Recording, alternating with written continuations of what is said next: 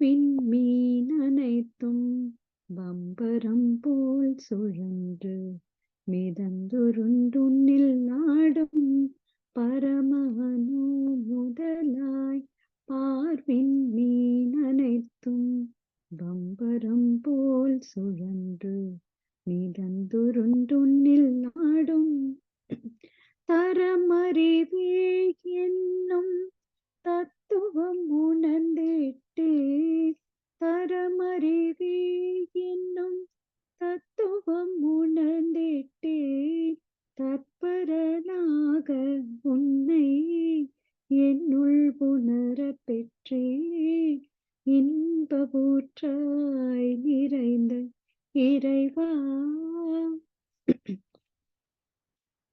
உன்னிலே நான் அடங்க என்னுள்ளே நீ விளங்க உனது தன்மை ஒளிர எனதுள்ளம் தூய்மை பெற்றேன் உன்னிலே நான் அடங்க என்னுள்ளே நீ விளங்க உனது தன்மை ஒளிர எனதுள்ளம் தூய்மை பெற்றேன் இன்னும் வேறென்ன வேண்டும் இப்பேறு பெற்ற பின்னர் இன்னும் வேறென்ன வேண்டும் இப்பேறு பெற்ற பின்னர் எடுத்த மனித பிறப்பு எய்தியதே முழுமை இன்பபூற்றாய் நிறைந்த இறைவா அன்பு ஊற்றாய் பெருகி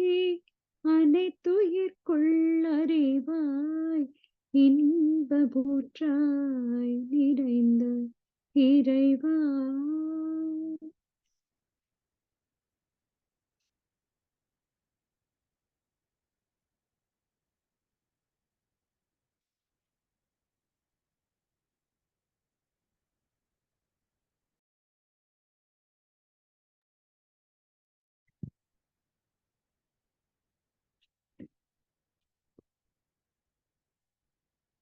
மண்ணான இப்பரிய மாபெரிய உலகமிசை மனமுடைய மிகச்சிறிய மனித ஒரு வாழுகின்றேன் எண்ணறிய ஆயிரங்கள் எண்ணங்கள் என்னுளத்தே எழுகின்ற விந்தையினை யாரறிவார் யாரறிவார் மண்ணான இப்பரிய மாபெரிய உலகமிசை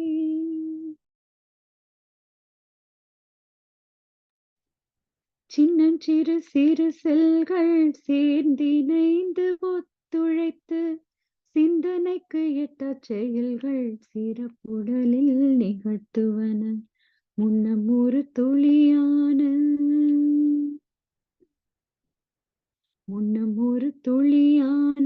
மூலவிந்து நாதத்தான் முழுமையாய் எனது உடல் முற்றறிவன் திருவருளான் மண்ணான இப்பரிய மாபெரிய உலகமிசை சூட்சுமமாய் குறுகி நின்று தொடங்கியது தன் வளர்ச்சி சொல்லறிய மறைப்பொருளாய் தொடர்ந்து வரும் வினைக்கேற்ப ஆட்சியின்றி ஆளுகின்ற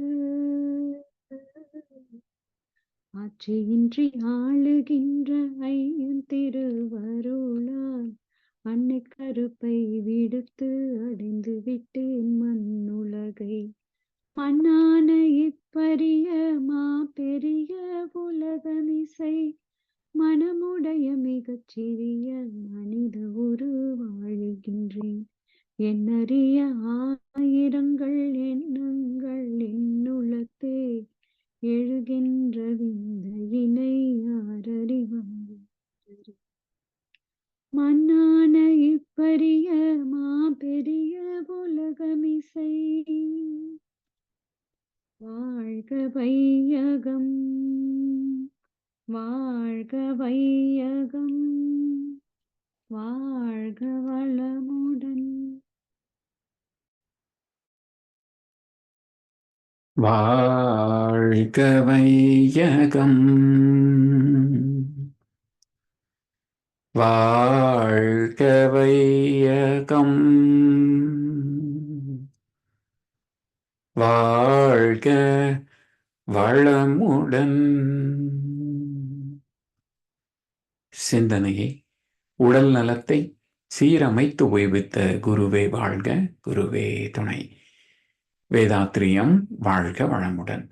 இன்று வரை உலகில் தோன்றிய அனைத்து சித்தர்களும் ஞானிகளும் மகான்களும் மற்றும் வேதாத்திரிய கோட்பாடுகளை அர்ப்பணிப்புணர்வோடு அகிலமெங்கும் உணர்வாக்கிக் கொண்டிருக்கும் ஞான ஆசிரியர்களின் மதிநுட்பமும் குருவர்களோடு சூக்குமமாய் நம்மை சூழ்ந்திருந்து நாம் ஓய்வதற்கு துணை நிற்குமாக என்று சங்கல்பித்துக் கொண்டு இன்றைய தவ நிகழ்வை இறைவணக்கம் குரு வணக்கத்தோடு நாம் இனிதே துவங்குவோம்.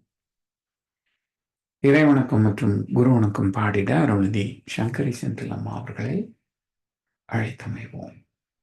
வாழ்க வளமுடன். வாழ்க வளமுடன். இறைவணக்கம். அழுத்தமெனும் முந்தாற்றல் ஒன்றை கொண்டே அணுமுதலாய் அண்ட கோடி அனைத்தும் ஆக்கி வழுத்தும் ஓர் அறிவு முதல் ஐந்தும் மாறும் வகை வகையாம் உயிரினங்கள் தோற்றுவித்து முழு திறனுடன் காத்து முடிக்கும் மேலாம் முழு முதற் பொருளே நம் அறிவாயாற்றும் பழுத்த நிலை வரும் வரையில் நீ நான் என்போம். பழுத்த நிலை வரும் வரையில் நீ நான் பதமடைந்தோம் ஒன்றானோ பரமானந்தம். குரு வணக்கம். எப்பொருளை எச்செயலை எக்குணத்தை எப்பொருளை எச்செயலை எக்குணத்தை எவ்வுயிரை ஒருவர் அடிக்கடி நினைந்தால் அப்பொருளின் தன்மையதாய் நினைப்போராற்றல் அறிவினிலும் உடலினிலும் மாற்றம் காணும் இப்பெருமை இயல்போக்க நியதியாகும். இப்பெருமை இயல்போக்க நியதியாகும். எவரொருவர் குருவை மதி தொழுகினாலும் தப்பாது குரு உயர்வு மதிப்போர் தம்மை தரத்தினில் உயர்த்தி பிறவி பயனை நல்கும். தப்பாது குரு உயர்வு மதிப்போர் தம்மை தரத்தினில் உயர்த்தி பிறவி பயனை நல்கும். பிறவி பயனை நல்கும்.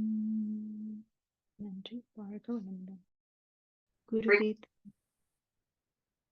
ஒய்யும் வகை தேடி உள்ளமுருகி நின்றேன் உயர் ஞான தீட்சையினால் உள்ளொடுங்கி மெய்யுணர்வு என்ற பெரும் பதம் அடைந்தேன். மெய்யுணர்வு என்ற பெரும் பதம் அடைந்தேன். மேல் நிலையில் மனம் நிலைத்து நிற்க நிற்க ஐயுணர்வும் ஒன்றாகி அறிவறிந்தேன்.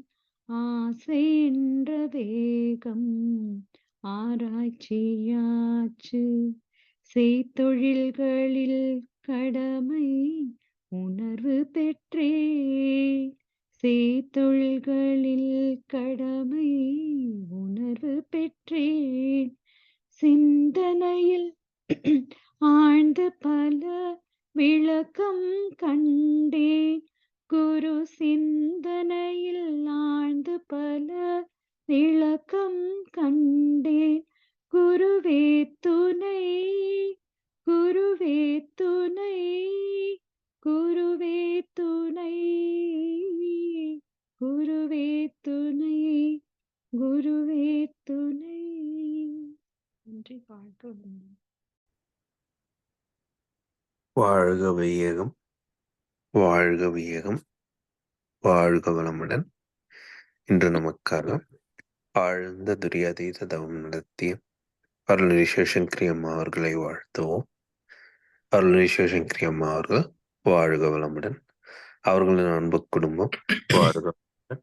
அவர்களின் உடல் நலம், பொருள் வளம், மனவளம் மற்றும் அவர்களின் ஆன்மீக தொண்டு வாழ்க வளமுடன், வாழ்க வளமுடன், வாழ்க வளமுடன்.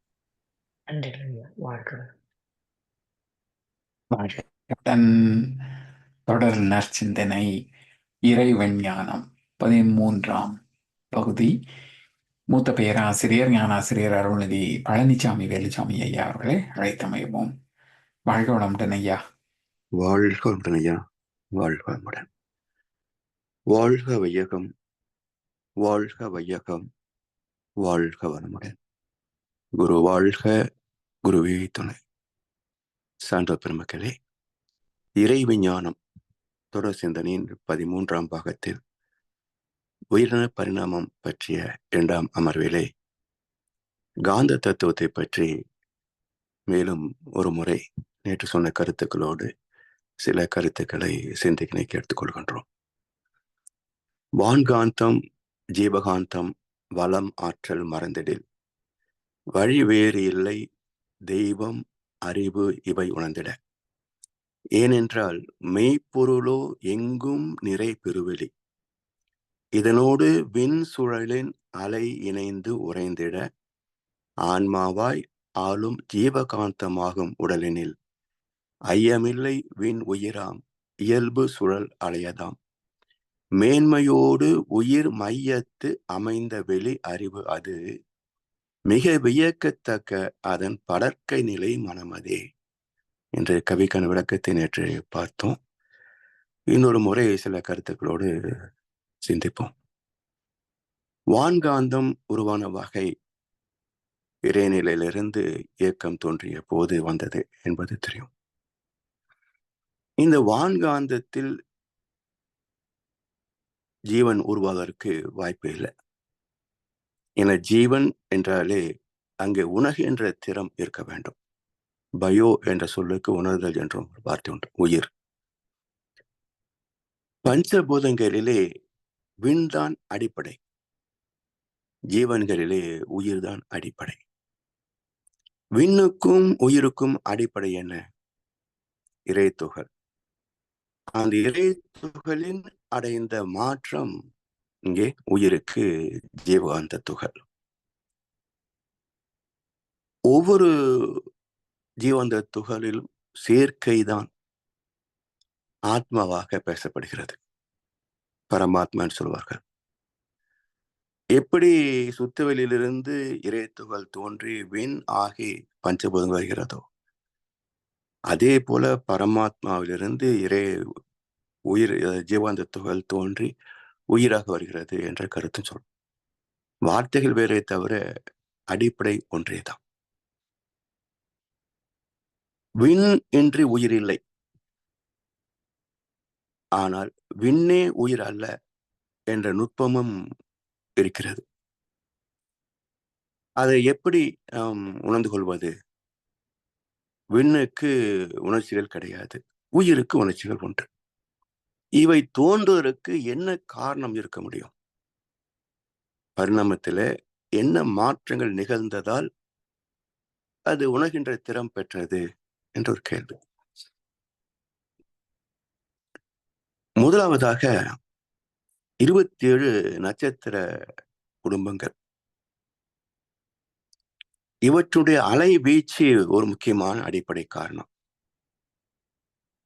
இதை நம்முடைய வாழ்க்கையோடு இணைத்து பார்க்கின்ற போது இந்த 27 என்ற எண்ணிக்கை நமது வாழ்க்கையோடு இணைத்து பார்க்கின்ற போது 4 ஆதாரங்களை முன்வைத்து இந்த நட்சத்திரங்கள் தான் முக்கியமான காரணம் என்பதை நாம் ஏற்றுக்கொள்ளலாம்.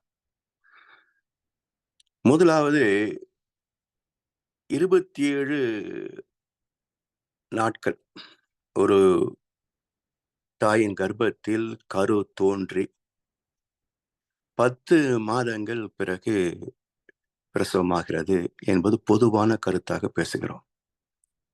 10 மாதங்கள் என்றால் கேலண்டர் கணக்குப்படி 306 நாட்கள் வரும். ஆனால் கர்ப்ப காலம் என்பது 275 70 முதல் 80 நாட்கள் வரைக்கும் தான். இப்போ 270 to 80 எடுத்தீங்கன்னா 9 மாதங்கள் தானே வருது. அப்ப 10 மாதம் என்று சொல்லுகின்ற கணக்கு அங்கே சரியாக வரலையே. பிறகு எதன் அடிப்படையில் 10 மாதங்கள் என்ற கணக்கு சொல்லப்படுகிறது என்றால், இப்போ ஒரு கரு உருவாவதற்கே அடிப்படை காரணம் தாய் தந்தையுடைய வினைப்பதிவுகள்.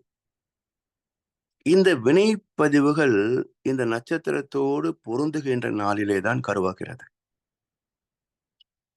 அப்படி ஏதோ ஒரு நட்சத்திரத்திலே கருவாகிறதுன்னு வைத்துக் கொள்ளுங்க. அடுத்தடுத்து நட்சத்திரங்கள் பயணித்துக் கொண்டிருக்கின்றோம். 27 முடிகின்ற போது ஒரு சுற்று முடிந்தது. அடுத்த சுற்று ஆரம்பம். இப்படி 10 சுற்றுகள் முடிகின்ற போது 27 10 270 நாட்கள் ஆகிறது. இதை வைத்துத்தான் 10 மாதங்கள் என்று சொல்கிறார்களே தவிர, நாட்காட்டியின் கணக்குப்படி 10 மாதங்கள் என்றால் 300 நாட்களுக்கும் அதிகமாக வரணும். 270 9 மாசம் தானே கணக்கு. எனவே நட்சத்திரங்களின் அடிப்படையில் தான் இந்த 10 மாத கணக்கு பேசப்படுகிறது. இது ஒரு காரணம். இரண்டாவது, பிரசவமாகின்ற ஒரு குழந்தை, ஒரு பெண் குழந்தைன்னு வச்சுக்கோங்க. அது 13 வயது முடிந்து 14வது வயதிலே பருவம் எய்தும். 40 வயது வரைக்கும் அது என்ன சொல்லுவோம், இந்த மகப்பேறுக்கான வாய்ப்பு உள்ள காலம். இப்ப 40லே 13 கழித்து விட்டால் 27 வரும். அப்போ ஒரு பெண்ணின் கருப்பை 27 குழந்தைகளை பிரசவிக்கக்கூடிய ஆற்றல் உடையது என்பதைத்தான் குசேலனுக்கு 27 குழந்தைகள் என்ற ஒரு கருத்து. அதுல கண்ணதாசனுடைய பாடல் ஒன்று இருக்குங்க. வருஷம் ஒரு பிள்ளை பெத்தெடுத்த இப்ப வயசு 26 ஆச்சுன்னு சொல்லி ஒரு வேடிக்கையான பாட்டு. இதுல என்ன குறிப்பு? ஆரம்பத்துல இது நகைச்சுவாக ரசித்தது உண்டு. மனவளக்கலைக்கு வந்த பிறகு இதுல என்ன நுட்பம் இருக்கு? வருஷம் ஒரு பிள்ளை பெத்தெடுத்தேன், இப்ப வயசு 26 ஆச்சுன்னு சொன்னா யாருக்குன்னு சொல்லலையே. யாருக்குன்னு சொல்லலையே. 27வது குழந்தை பிறக்கிற போது முதல் குழந்தைக்கு என்ன வயசுங்க? 26. மெடிக்கல் ரெக்கார்டு படியே ஒரு பெண் 20 குழந்தைகளை பெற்றெடுத்ததாக ஒரு குறிப்பு இருக்குங்க. அப்போ 27 குழந்தைகளை பெறக்கூடிய வாய்ப்பு ஒரு கருப்பைக்கு உண்டு. இது இரண்டாவது. பெண் குழந்தையுடைய கருப்பை ஆரோக்கியமாக இருந்தால் 27 நாட்கள் முடிந்து 28ஆம் நாள் விளக்காகும். இது மூன்றாவது. நான்காவது, பீட்டா ஃப்ரீக்வன்சி சொல்கிறோமே, அதாவது ஜீவன்களின் அனைத்து அனுபவங்களும் பதியக்கூடிய அலைக்களம் 14 முதல் 40 வரை. இப்ப இதுல 13 கழிச்சிட்டீங்கன்னா 27 அலைகள். அப்போ ஜீவன்களின் எல்லா அனுபவங்களும் பதிகின்ற அலை நீளம் 27 எண்களில் அடக்கம். அப்போ பிரசவ கர்ப்ப காலம் 27x10. பெண் குழந்தைக்கு கருவை சுமக்கக்கூடிய காலத்தின் வாய்ப்புகள் 27 ஆண்டுகள். இரண்டாவது, 27 நாட்களுக்கு ஒரு முறை விளக்காகும். நான்காவது, மனதின் அனைத்து அனுபவங்களும், ஜீவன்களின் அனைத்து அனுபவங்களும் 27 நிலைகளில் அடங்கி போகும். இந்த நான்கையும் வைத்து பார்க்கின்ற போது நட்சத்திரங்கள் தான் முழு முதற் காரணம். வான்காந்தம் தோன்றுவதற்கு அடிப்படை காரணமே நட்சத்திரங்கள் தான். அடுத்ததாக இந்த சூரிய குடும்பம். இந்த சூரிய குடும்பத்துல நவக்கோள்கள், ஒவ்வொரு கோளிலிருந்து வரக்கூடிய அலை வீச்சு அது எல்லாமே வான்காந்த அலைகள் தானே. ஆனா இந்த ஒவ்வொரு அலைக்கும் ஒரு விதமான ரசாயனங்களை உருவாக்கக்கூடிய தன்மை உண்டு. இப்போ சூரியனுக்கு எலும்பு சொல்கிறோம், புதனுக்கு குளோரோஃபில் பச்சையம் தோல், சுக்கிரனுக்கு விதைகள் அதாவது சந்ததி உருவாக்கக்கூடிய வித்தை ஏற்படுத்தக்கூடிய தன்மை.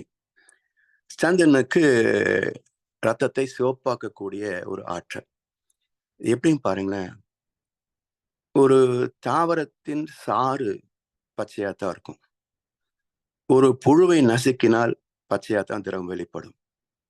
ஒரு பூச்சியை நசுக்கினால் பச்சை அல்ல, கொஞ்சம் நிறம் மாறி பிரவுன் கலர்ல இருக்கும். கடைசியில விலங்குகள் பறவைகள் வருகின்ற போது சிவப்பு ரத்தமாக இருக்கும். மனித ரத்தம் அந்த சிவப்புலையும் ஒரு மாற்றத்தோடு வரும். அப்ப இந்த பச்சை சிவப்பாக மாறியதுக்கு காரணம் என்ன என்றால் செவ்வாயின் அலைவீச்சும் சந்திரனின் அலைவீச்சும் காரணம். அதே போல ரத்தத்தில் ஏற்படக்கூடிய RH ஃபேக்டர் -+.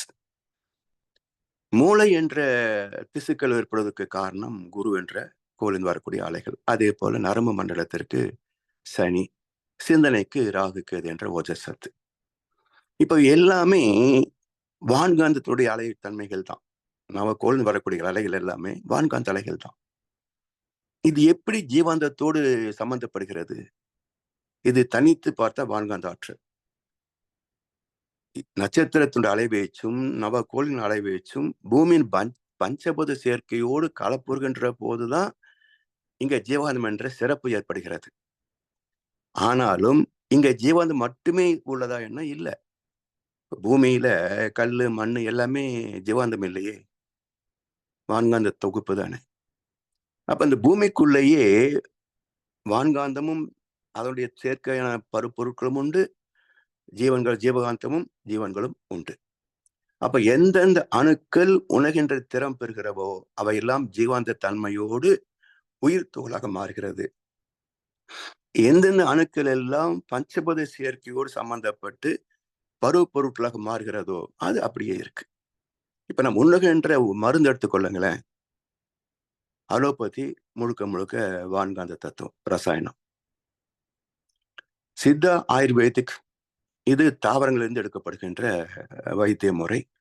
அது ஜீவாந்தத்தை மையமாக கொண்டது. ஹோமியோபதி அதுவும் தாவரங்களிலிருந்தும் மற்ற ஜீவராசியிலிருந்து எடுக்கப்படுகின்ற ஆற்றல். ஸோ அதுவும் ஜீவாந்த சம்பந்தப்பட்டது. மற்ற மருத்துவம் யுனானி எல்லாமே எல்லாம் வான்காந்தத்தை மையப்படுத்தியதுதான்.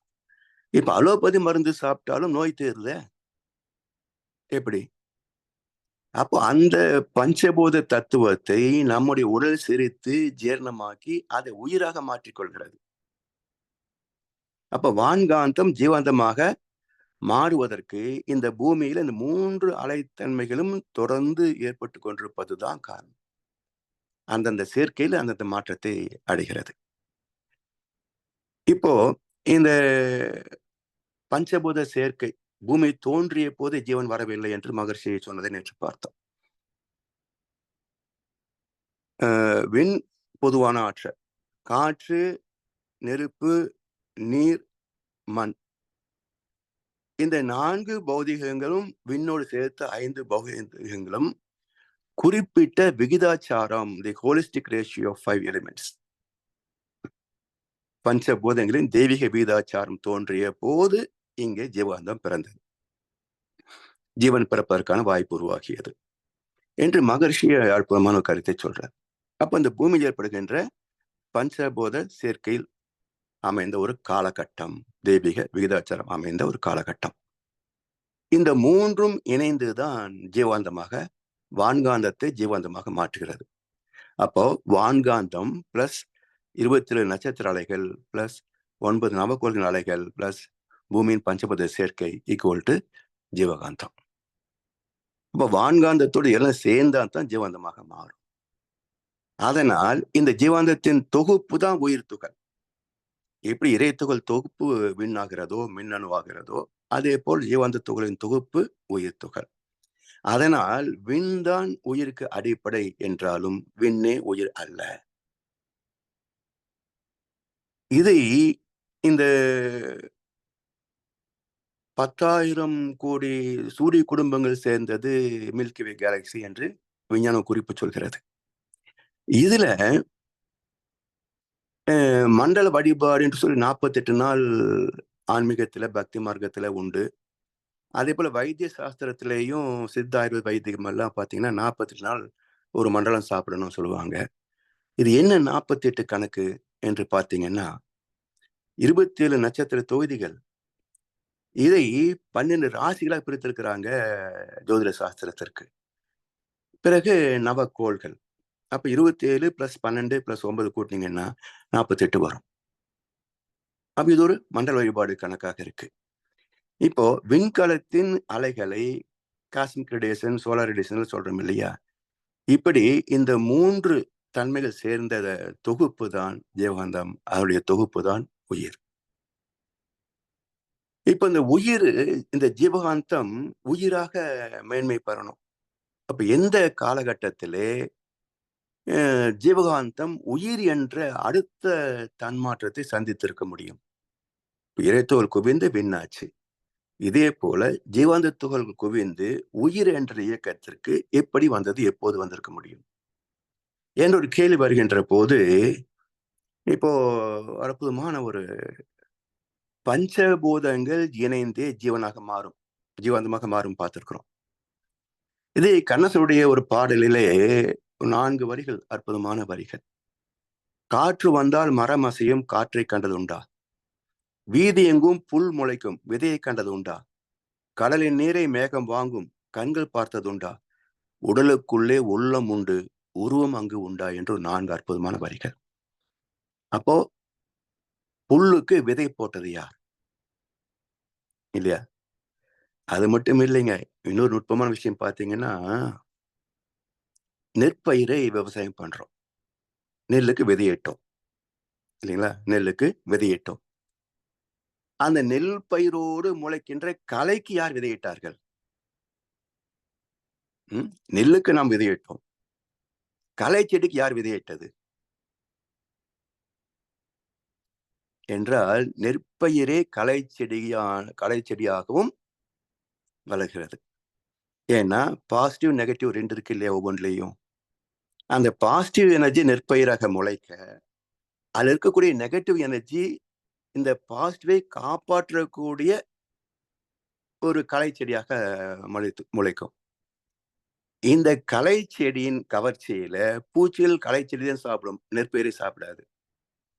அப்ப இயற்கையிலேயே தன்னை காத்து கொள்ளக்கூடிய ஆற்றல் அந்த உயிர் என்ற உணர்வுக்கு உண்டு. அப்ப இது தெரியாம களை எடுத்தா பயிர் நல்லா வளரும் சொல்லி முழு களை எடுத்துட்டாங்க சொன்னா பயிர்கள், பூச்சிகள் பயிரை தாக்கும். இது சயின்டிபிக் ப்ரூஃப். அது கோயம்புத்தூர் ஃபாரஸ்ட் காலேஜ்ல ஒரு சயின்டிஸ்ட் சொன்ன செய்தி அது. ஸோ களை செடிக்கு நெற்பயிரே தான் விதையாக மாறுகிறது. அப்போ நாம போட்ட விதையிலிருந்து இன்னொரு விதை எப்படி உருவாகுது பாருங்க.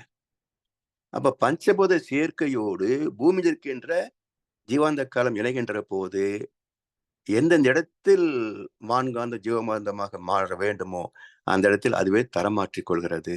காரணம், பஞ்சபூதங்கள் இருக்கின்ற அறிவும் உயிர்கள் இருக்கின்ற அறிவும் ஒரே அறிவுதான்.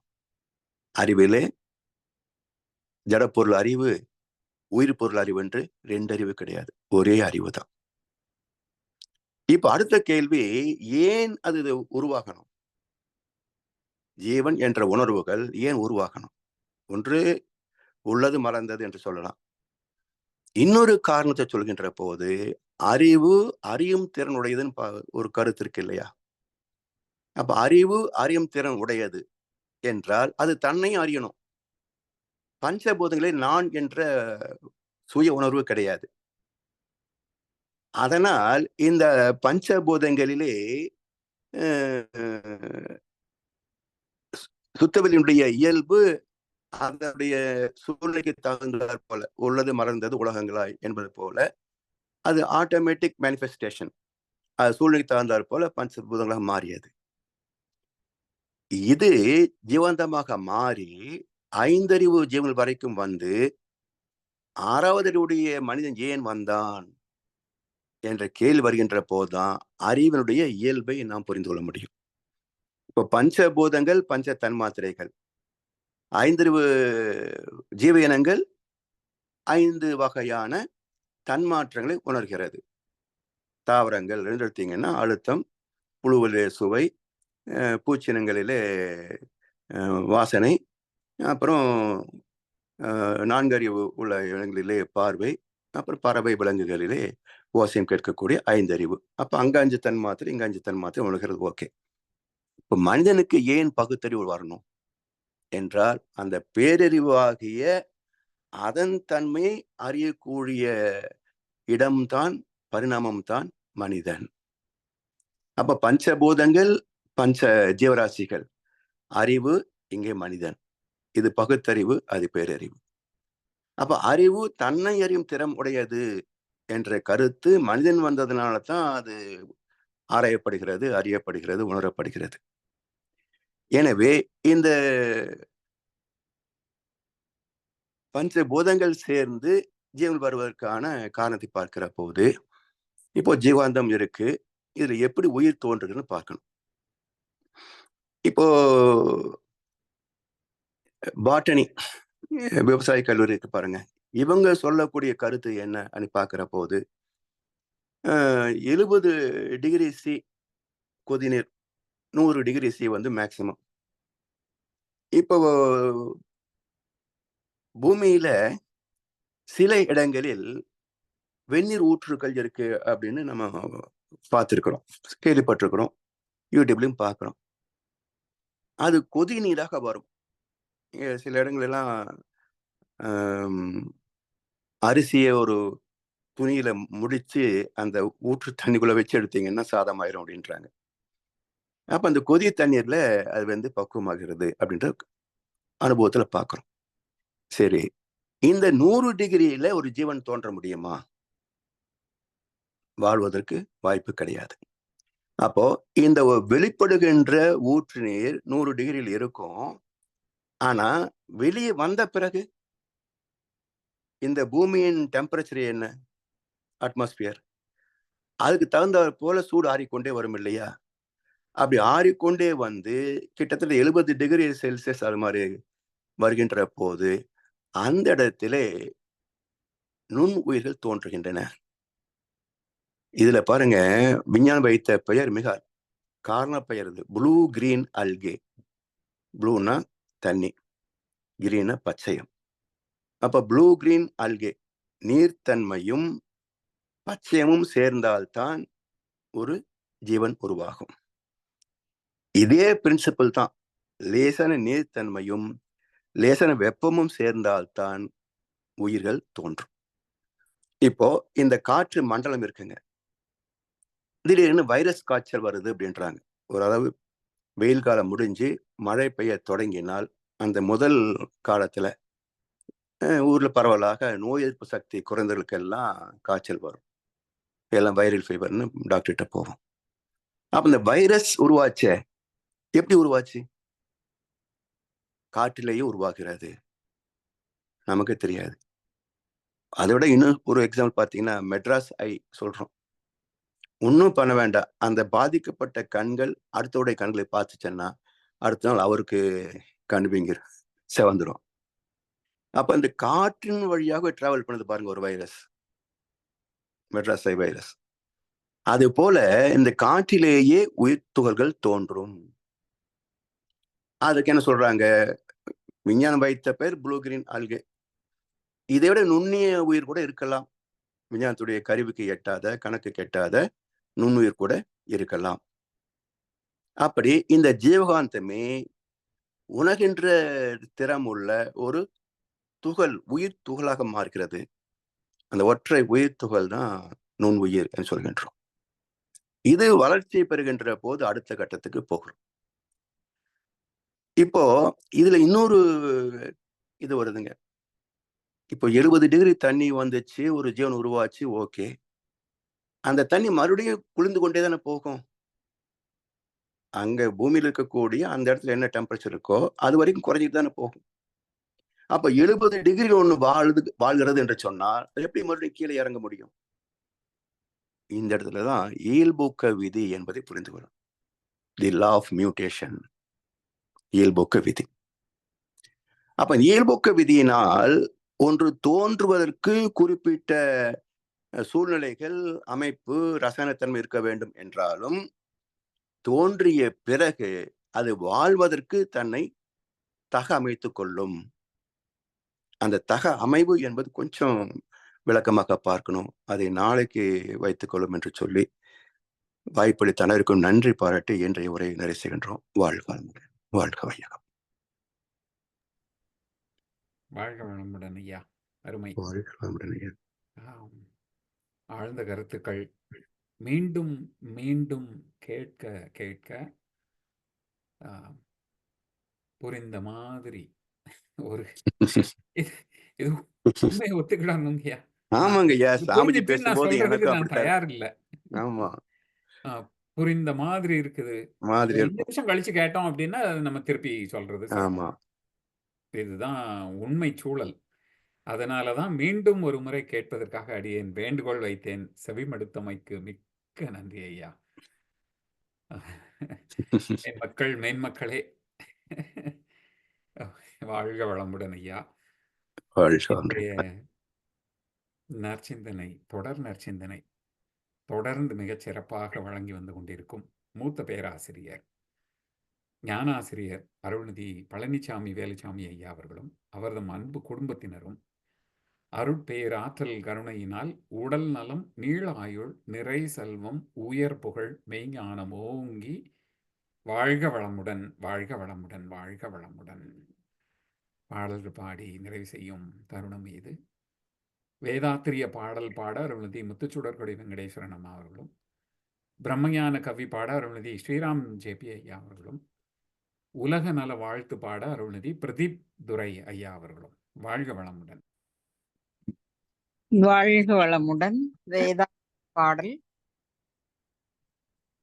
போரில்லா நல்லுலகம், பொருள்துறையில் சமநீதி, நேர்மையான நீதிமுறை, நிலவுலகுக்கோர் ஆட்சி, சீர் செய்த பண்பாடு சிந்தனையோர் வழிவாழ்வு, சிறப்புணர்ந்த பெண்மதிப்பு, தெய்வ நீதி வழிவாழ்தல், தேர் திருவிழா தவிர்த்தல், சிறுவர்கட்கே விளையாட்டு, செயல் விளைவு உணர்கல்வி, சீர்காந்த நிலை விளக்கம், பார் முழுதும் உணவு நீர் பொதுவாக்கல், பல மதங்கள் பல கடவுள் பழக்கம் ஒழித்து உண்மை ஒன்றை தேர்ந்திடுதல். வாழ்க வளமுடன். வாழ்க வளமுடன். பிரம்மஞான கவி. இறைவெளியே தன்னிருக்க சூழ்ந்தழுத்தும் ஆற்றல், இதன் திணிவு மடிப்பு விழ சுழலும் நுண் விண்ணாம், நிறைவெளியில் விண் சுழல நெருக்குகின்ற உரசல், நிலைவெளியில் எழுப்புகின்ற நேரலைகள் காந்தமாம், மறைப்பொருளாம் காந்தம் தன் மாத்திரைகள் ஐவகை, மலைக்காதீர் வெண்கூட்டம் மாபூதம் ஐந்துமாம், முறையாய காந்த அலை மனமாம் உயிர் உடல்களில் மதி உயர்ந்து உண்மை பெற மா பிரம்ம ஞானமாம், மா பிரம்ம ஞானமாம். வாழ்க வளமுடன். வாழ்க வளமுடன். உலக நல வாழ்த்து.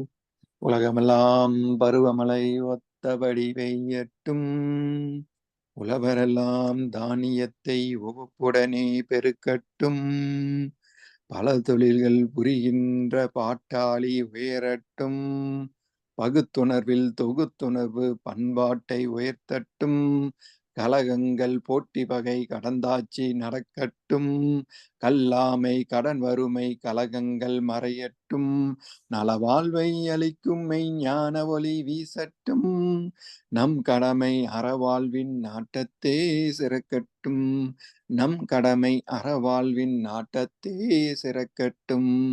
வாழ்க வையகம், வாழ்க வையகம், வாழ்க வளமுடன்.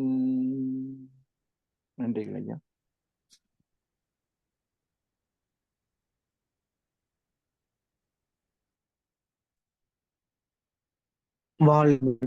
தவத்தில் கொண்ட அன்பர்கள், தவத்தை வழிநடத்தும் நச்சின் அனைவரும் வாழ்க வளமுடன்.